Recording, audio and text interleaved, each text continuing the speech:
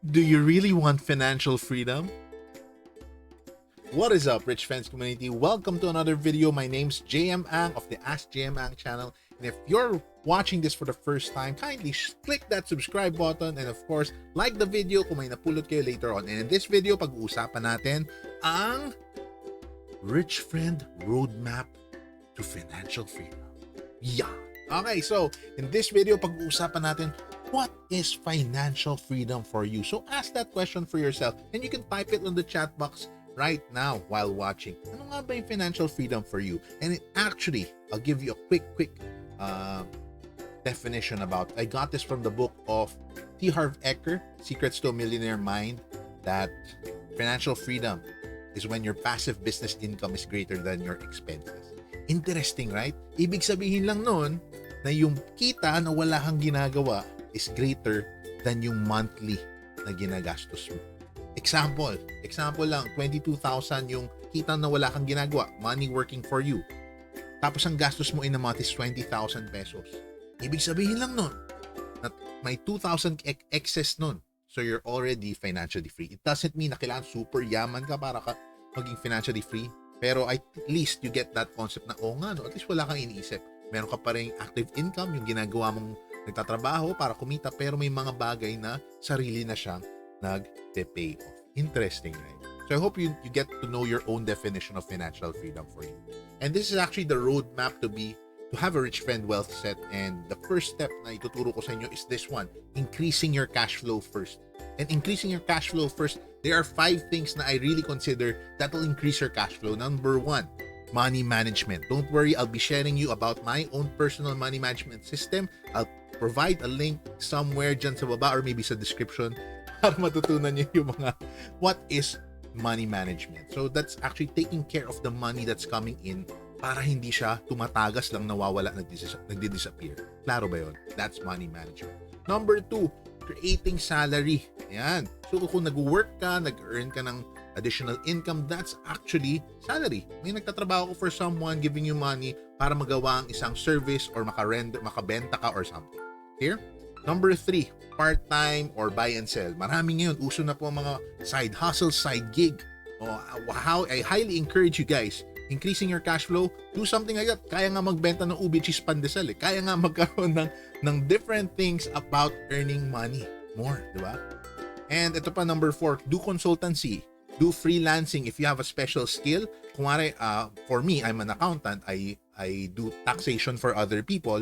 If, for example, you want to be a financial advisor, you can actually tap our skills. Gusto mag-earn additional income as an advisor, why not? What else? Kumare, graphic artist ka, pwede rin yun. Lawyers. Aside from your current corporate work, pwede ka mag-practice ng profession. Interesting, right? And what else? You can actually start trading markets. This is a professional thing to do. Hindi siya ganun kadali. Pero if you learn about it, you actually practice it, nakuha mo yung necessary skills and knowledge, pwede mag-trade ka ng markets. These 5 things pa lang, sobrang solid na increasing your cash flow first. Okay? Hope you're learning so far. If you're learning so far, ano gusto nyong gawin ngayon? No? Ano ba pwede mo kong gawin to earn additional income to increase my cash flow? You can actually type that in the comment section below. Tapos baka mali mo, no? I-connect ko kayo sa mga taong gustong makatulong sa inyo. Alright, in the next portion, we're going to move on to the next step. And the next step is actually number 2. Ayan, maka-move on ka na ba sa mga debt? Or naka-move on ka na ba sa mga stuff na pinagkakautangan? And this is different from good debt, na umutang ka para kumita o tapos mababayaran mo yung utang na yon. This is more of yung utang na dapat hindi ka nagkautang. May binili kang something na hindi mo nun afford pero inutang mo para bilhin. Yan. Naka-move on ka na ba dyan? If yes, nabayaran mo na yung lahat ng mga unnecessary stuff na inutang mo, well and good. If not yet, think about it today. Right? Third step, do you currently have an emergency fund?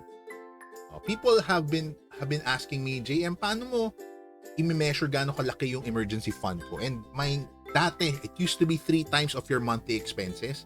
Ngayon, dahil sa pandemic, I realized 6 to 12 times at least. And what's important for that one is that dahan-dahanin mo siya ipunin, hindi naman kailangan on the onset, yun ang uunahin ko emergency fund. Pero again, emergency nga. It's designed for something na just in case, di ba, mahubuhay ka. Okay? Okay, so I hope you learned from that one. Kung wala ka pang emergency fund, diba? Don't worry, start saving up for it. I think makakatulong yung money management video natin. Well, when that is up already, you just click on the link. Isasama ko naman siya dyan sa description box. Okay. So ano ba common na nangyayari? People skip the fourth step. They go on immediately to the fifth step. So what happens? So sa fifth step, you go on investing. O ano ba yung investing? Nandiyan yung mga business.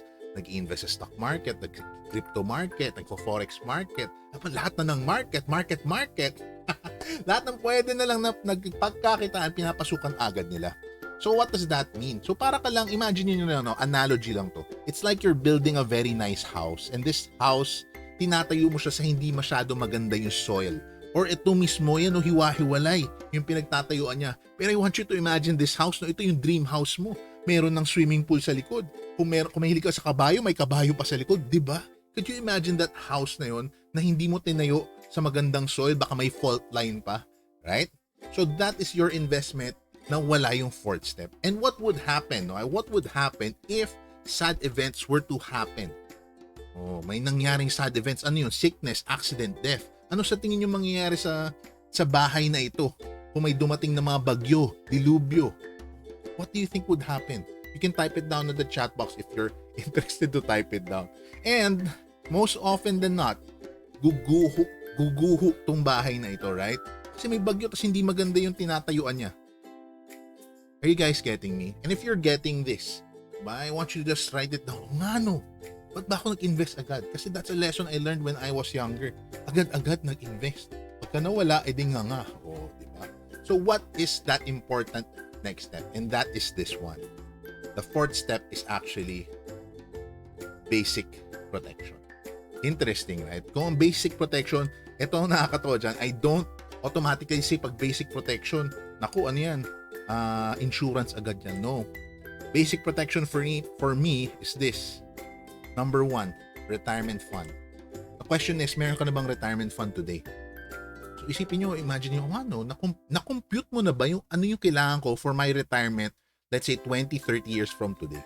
If not yet, please connect with the person who showed you this video or whoever. Kung nakita nyo na to by accident, you can connect with me. Ano nga ba? Paano ba nakukompute yung retirement fund? Ito pa, meron kaming free link sa baba. It's computing your retirement fund. You just need to plug in your age and everything. Alright? Interesting. So that's number 1 of a protection fund. Para hindi gumuho yung investment mo, have your number 1, create a retirement fund. Number 2 na important nyo makita is this one, right? Number 2 is have health insurance. What is health insurance? Yan yung statistic na yan is based on 2 out of 3 Filipinos at the age of 60 years old nagkakaroon ng heart attack, cancer, or stroke. Oh, and based on, kahit look at your friends, or kung may mga kakilala ba kayo, isipin mo lang age nila nung nagkasakit na malubha. Ako ngayon pala naisip ko na kagad more than 3 na. At that age, 60 years old, may iba mas bata pa. So what does this mean? Health insurance is not your HMO. This is actually your insurance whenever na-diagnose ka pa lang. HMO kasi pagka na-hospital ka, bibigay mo yung card mo. Ito, na-diagnose ka pa lang na just in case na yung pagka-diagnose, you have cancer, sir. Knock on wood, ayoko naman mangyari sa inyo yun. No? If that happens, kasi I have my own health insurance. If that happens, knock on wood talaga, I'll be receiving 2 million pesos because I have health insurance. Okay? I hope you're getting me. Kaya meron tayong mga protection fund. Ano mangyayari ngayon sa mga investment mo? Sa bahay na gusto mong gawin? No, a while ago, doon sa picture na yun, sa bahay na yun na gusto mo? What do you think would happen kung magkasakit ka? Madidrain yung funds. This wouldn't be a problem kasi meron akong pagkukuhanan para mabayaran yung mga bills ko sa hospital. Ayaw ko naman magkaroon. And lastly, of course, hindi naman mawawala yung life insurance. And let me tell you a story about life insurance. I want you to imagine right now, you're watching this, I want you to imagine that you have a coffee shop. Or maybe kung ano man shop ang gusto mo, milk tea shop, basta restaurant, or maybe just having a business na meron kang shop. Ang question is, do you want to have a fire extinguisher in your shop? I could imagine you're saying, syempre, other than required siya, gusto ko. But the next question, gusto mo bang gamitin yung fire extinguisher na yun? Diba? Makapaisip ka na lang eh. Syempre ayaw mong gamitin. Kasi once that you use it, ibig sabihin nagkasunog. And that exactly is like life insurance.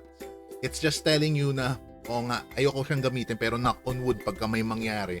At least family ko, solved. Meron mapupunta sa kanila. Just in case may mangyari, may pambayad sa hospital pagka ilalabas na ako. Diba? Kasi na-experience ko nung kabataan nung yung time ng dad ko, at least meron. And what else? You can actually have insurance to pay for pagka may pinapamana ka. You get insurance to pay for yung taxes sa pinapamana mo. Are you guys getting me? And right now, actually you can have the ability to have your own basic protection. You can actually have an ability to start investing. Lalo na kung hindi basic investor ka pa lang, you can actually do it indirectly investing if you don't want to invest in the stock market yet.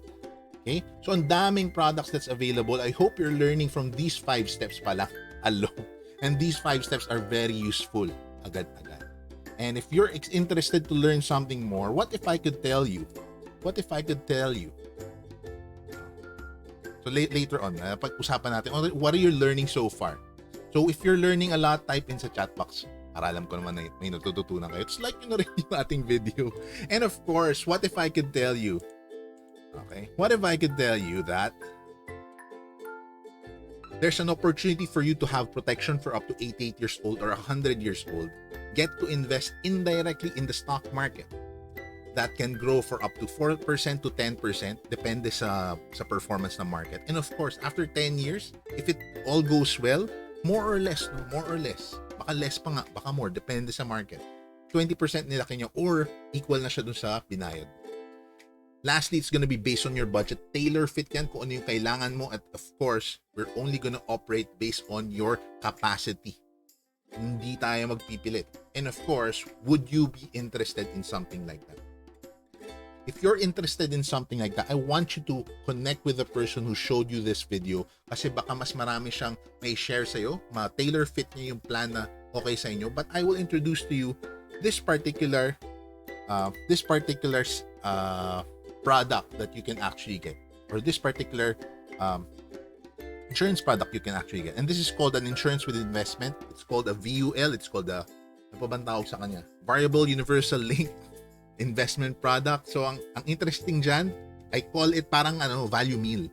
Meron ka ng burger, may fries, meron ka pang drink sa gilid. And okay dyan, pwede mo i-tailor fit. Kung I showed you a while ago, may health insurance. Pwede mo lagyan ng salad. Pwede mo lagyan ng gusto mo na hospital income benefit. Lagyan din natin ng Sunday.